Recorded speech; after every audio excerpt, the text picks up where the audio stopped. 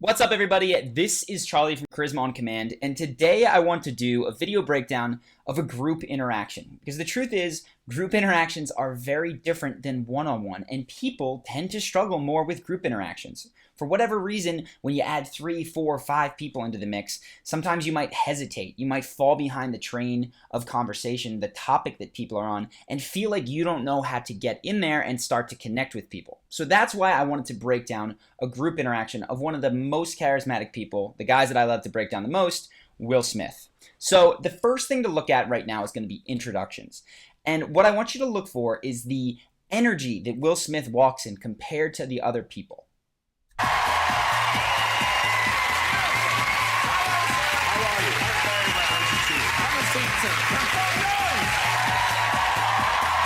Fine, cordial, walk to the couch, nothing special. He always relights my fire, it's Gary Barlow!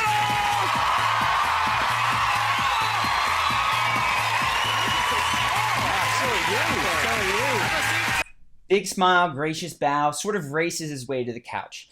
Now look at Will Smith. Look at the energy that he brings and the time that he takes making his way over as he says hi to Graham Norton, the host, the audience, and then finally the guys on the couch. Gary Barlow! And here comes the man in black, it's Will Smith!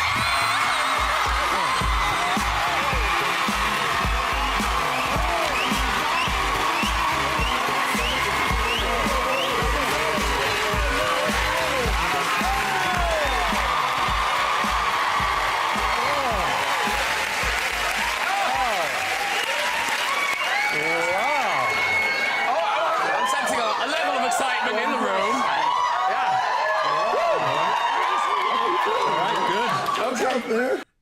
So Will Smith's walk-in, and finally I do want to point out that he does say hi finally to everybody on the couch, takes about twice as long as the other guys, if not more. Now, that can be off-putting to people if done wrong. If you're just an attention hog and you're talking the whole time and trying to slow down the pace of conversation and just dragging everything back to you, that can backfire. The reason that Will Smith is so likable is because he does it from a place of 1, positive energy, 2, humor, and 3, he supports other people when they crack jokes or when they speak. And that's what I want to highlight for the rest of this video.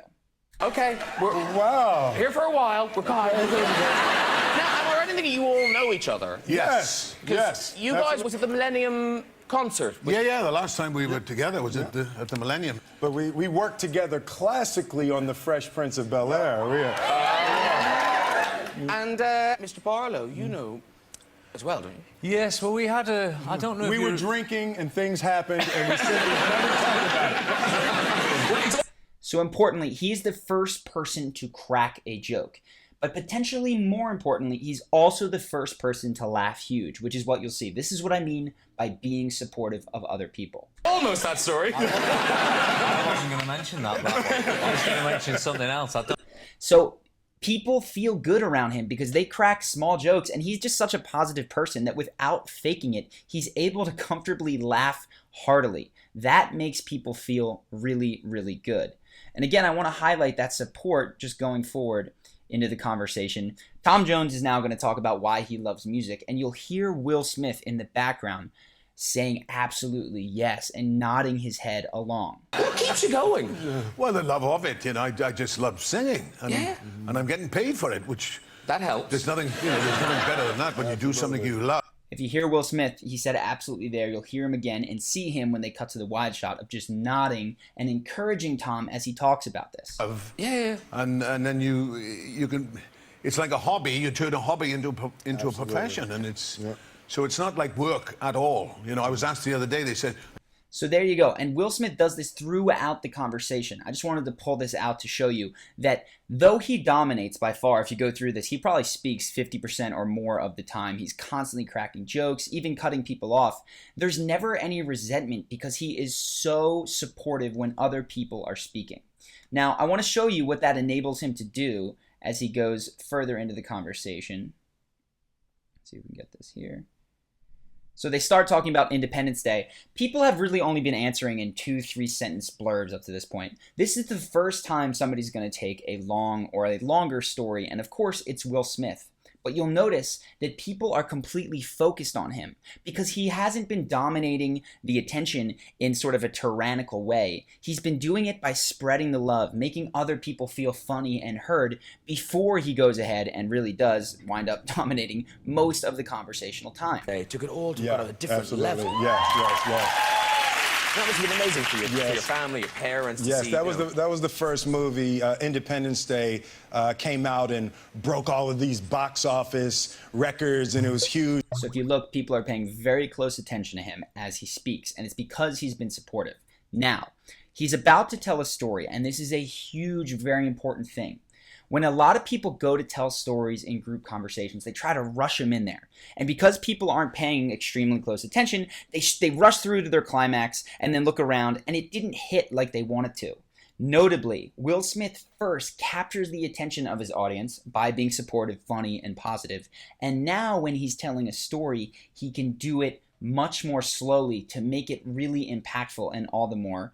Well, and I remember that Monday morning, I was in Los Angeles and my family was in Philadelphia. So, you know, it was 6 a.m. in Philadelphia and 3 a.m. in Los Angeles. And my father calls me, you know, hey, hello. And he said, man, you see these numbers? I said, yeah, it's 3 o'clock in the morning. I didn't say anything. He said, man, remember when I told you there's no such thing as luck?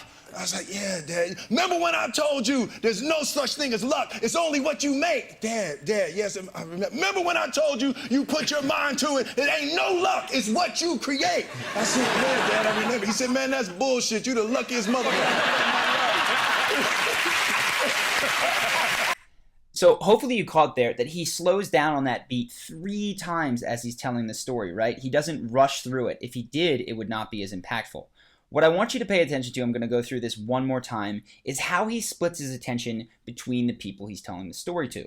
And notably, since Graham asked him the question, a lot of his eye contact and attention is focused on Graham. He also speaks to the audience, but then at the end includes the guys on the couch with him, so nobody feels left out. In Los Angeles, and my father calls me, you know, hey, hello, and he said, man, you see these numbers? So this is Graham, clearly. I said, yeah, it's 3 o'clock in the morning. I didn't say anything. He said, man, remember when I told you there's no such thing as luck? Now he's looking at the audience. I was like, yeah, Dad. Remember when I told you there's no such thing as luck? It's only what you make. Dad, yes, I remember. Remember when I told you you put your mind to it? It ain't no luck. It's what you create. I said, yeah, Dad, I remember. He said, man, that's bullshit. You the luckiest motherfucker. So, importantly here, and again, you can see people are cracking up. He does split his attention between the different people, right? He's got the guys on the one side, he's got the host Graham, and he's got the audience. But he doesn't do it rapid fire. I see so many people telling stories in group bouncing super quickly between the people that are listening. And what happens is when you can't look at someone for long enough to basically communicate, I'm telling a story to you, right? Pay attention. Their mind wanders. You've got to spend at least a couple of seconds looking at the person for them to be included. And this is true whether you're speaking to an audience and you're looking at different individuals in a giant auditorium, or if it's just 3 people around you.